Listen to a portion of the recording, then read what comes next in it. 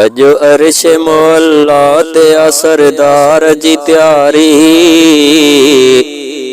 अल्लाह दे अल्लाह जे यार जी त्यारी।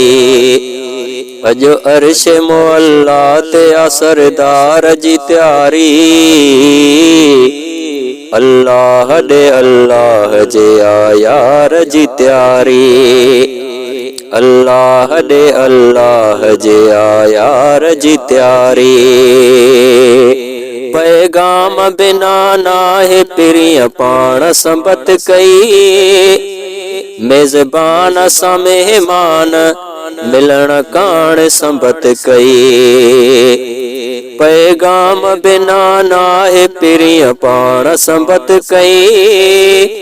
मेज़बान सा मेहमान मिलन कान संबत कई।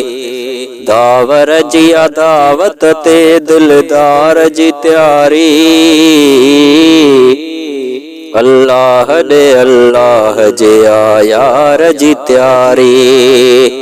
अजो अर्श मौला ते सरदार जी त्यारी। अल्लाह दे अल्लाह जे यार जी त्यारी। दफ्तर ही तुंजा मोजा खणी साफ कराइण। उम्मत जूं मदायूं थो वञे माफ़ कराइण। दफ्तर ही तुंजा मोजा खणी साफ कराइण। उम्मत जूं मदायूं थो वञे माफ़ कराइण। वञा घोर गरीबन जिया गम ख्वार जी त्यारी। अल्लाह दे अल्लाह जे यार जी त्यारी। अल्लाह दे अल्लाह जे यार जी त्यारी। जिब्राईल आयो पाण सां बोराक बिकाहे। नूरानी नबी पाकल पोशाक बिठाहे। जिब्राईल आयो पाण सां बोराक बिकाहे। नूरानी नबी पाकल पोशाक बिठाहे। अर्शन ते कई हूरन सिंगार जी त्यारी। अल्लाह दे अल्लाह जे यार जी त्यारी। को सोणो मोहम्मद बियो मौला तबारक।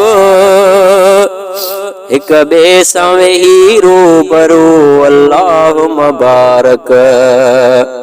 केडी न हूंदी सोहणे गुफ्तार जी त्यारी। अल्लाह दे अल्लाह जे यार जी त्यारी। मेराज मोहम्मद कयो बदन साण बहाल। लख हमद पढ़ी बाद में चौ मीरल गिलाल। मेराज मोहम्मद कयो बदन साण बहाल। लख हमद पढ़ी बाद में चौ मीरल गिलाल। थी शेर लिखण कान मुबदकार जी त्यारी।